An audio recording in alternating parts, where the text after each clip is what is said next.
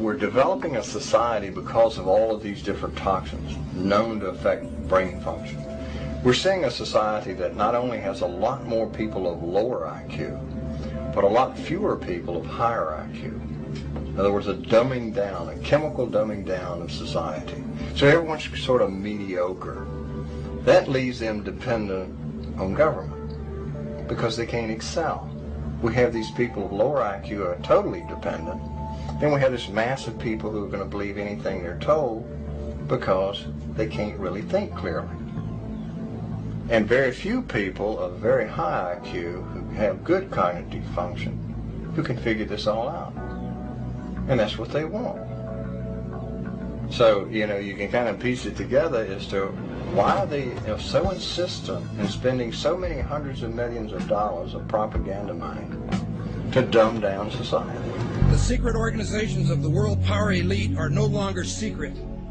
They have planned and are now leading us into a one-world communist government.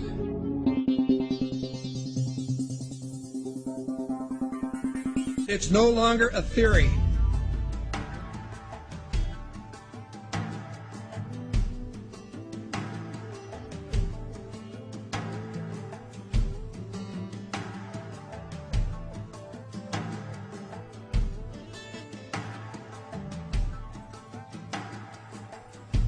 The German philosopher Johann von Goethe once said, "There are none more hopelessly enslaved than those who falsely believe that they are free." But few who hear the words ever realize that they are the ones to whom Goethe was referring. For the reality is that every person in the civilized world is enslaved from childhood.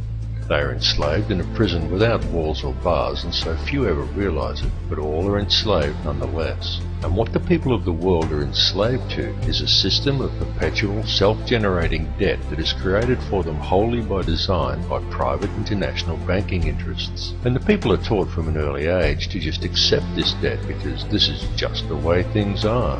But the reality is that this is not just the way things are, but more the way things have been designed. And all one has to do is to glance around them at the state of the world today to realize that though this is the way things currently are, it is most definitely not the way things should be. The most powerful and useful tool a person can ever gain in their life is knowledge. For with knowledge comes wisdom and a deeper understanding. And real truth can be exhilarating because real truth will set you free. Now whether you believe in the Illuminati or not, whether you take the time to listen to so-called conspiracy theories or not, there are some things that should be clearly understood by all. These are not conspiracy theories by any stretch of the imagination. They are well documented, quite traceable, and very provable facts. And these facts are as follows. There is one ruling bloodline that exists on this earth. This ruling bloodline is very old. It is the same bloodline that has always ruled the earth ever since the days of ancient Egypt, and it is very pervasive.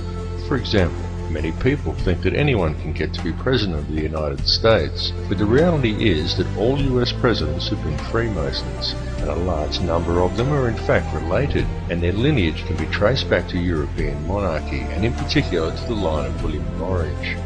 This elite bloodline can actually be traced back a good deal further than William of Orange, and even back as far as the royalty of ancient Egypt, and it is this very same bloodline that has ruled the earth ever since, and to which the British monarchy and the current US president can both ultimately be traced. Many people may be surprised to learn that US President George W. Bush is in fact the 13th cousin of Queen Elizabeth II, the current British monarch. Reverence for the royal bloodline and worship of Amun-Ra is still carried out in the world today, though it is veiled and secretive, but the symbolism remains true, as always, hidden in plain view. Adherence to such traditions is why each of the three city-states of London, Vatican and the District of Columbia all have their own obelisks. The London obelisk is also accompanied by two sphinx wrought in the image of Tutmosis, indicating that it is in London that the royal bloodline actually resides. The fact that out of all the pharaohs to choose from, the London Sphinx depicts Tutmosis is actually very telling indeed for a number of reasons, but that is another tale. The British monarchy is steeped in ancient traditions and symbolism, and they do not attempt to hide these connections. They just don't mention them or answer questions about them, but the signs and symbols are right there for discerning eyes to clearly see, again, as always, hidden in plain view. Just a look at the royal coat of arms, the royal regalia and the coronation throne clearly demonstrates these connections. and the evidence linking these rulers to the one bloodline does exist. All the information to verify these claims lies within the public domain. It is up to each of you to connect the dots yourself. More importantly, however, is the fact that over the last 200 odd years there has developed behind this ruling bloodline another elite class, somewhat similar to a priesthood that remains hidden in the shadows. This shadowy priesthood is the money changers, the international banking elite, consisting of 13 very influential families, and it is this shadowy elite who ultimately controls things from behind the scenes. This control is achieved through covert manipulation of the global money systems and maintained through an intricate web of interconnected secret societies, through which control over the flow of all money, all resources, all food, and more importantly, all information through manipulation of the world's educational institutions and corporate media is also achieved. Many of these smaller secret societies are completely oblivious to the existence of the others, but all lead back to a round table of just 6, and ultimately to one at the very top that is populated by virtually a handful of individuals. It is this handful of very powerful men that controls all the other societies, and through them the heartbeat of the entire world. The society that sits at the very top was founded on Knights Templar traditions in Bavaria in 1776 by a man called Adam Weishaupt, and this is the Order of the Illuminati. The man who commissioned Weishaupt for the task was Mayor Amschel Rothschild, and it was done in order to carry out a plan conceived by Rothschild and the heads of 12 other families at a secret meeting that took place in 1773. These families included the Warburgs, the Schiffs, and the Oppenheimers. The Illuminati has since become the most powerful society in the world, and in the last 230 years it has been instrumental in helping the Rothschild family accumulate over 1/2 of the world's total wealth, at the cost of quite literally millions of innocent lives. The hoarded wealth of this one family alone could comfortably feed, clothe, and house every man, every woman, and every child on Earth. And this is just one of the 13 Illuminati families. The goal of the Illuminati has always been a simple one, and that is to achieve, by whatever means possible, total ownership and control over no less than every resource, every government, every rock, every drop of water, every blade of grass, and every living creature, both human and non-human, in the entire world. And since its inception, for over 230 years, the Order of the Illuminati has been tirelessly, relentlessly, and unfalteringly steering its members towards the achievement of that one ultimate goal. Through secrecy, they have so far been extremely successful in their endeavours. In fact, so much so that we are right now living in the time when they intend to see this long-spanned work come to fruition. The situation we are witnessing in the world right now is in fact the final endgame of the Illuminati.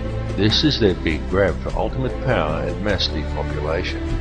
Some people claim that the Illuminati is a myth, and what is really to blame are organisations such as Zionism, but I assure you that this is not the case. It goes far deeper than Zionism, and such people have simply limited the scope of their vision. They have locked onto an answer that supports their beliefs and have refused to delve any deeper.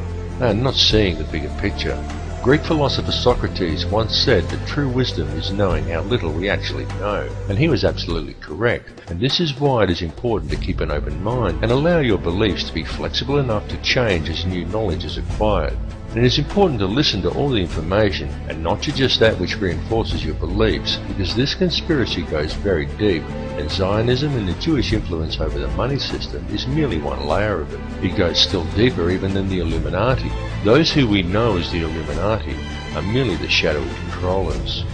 The plan that is unfolding in the world today is indeed an old one, and it is a plan that is very complex, but not so with the system of control that is in place to blind the people to its existence. This system of control just appears to be complex, but in reality it isn't. In reality, it's very simple, and it's very fragile.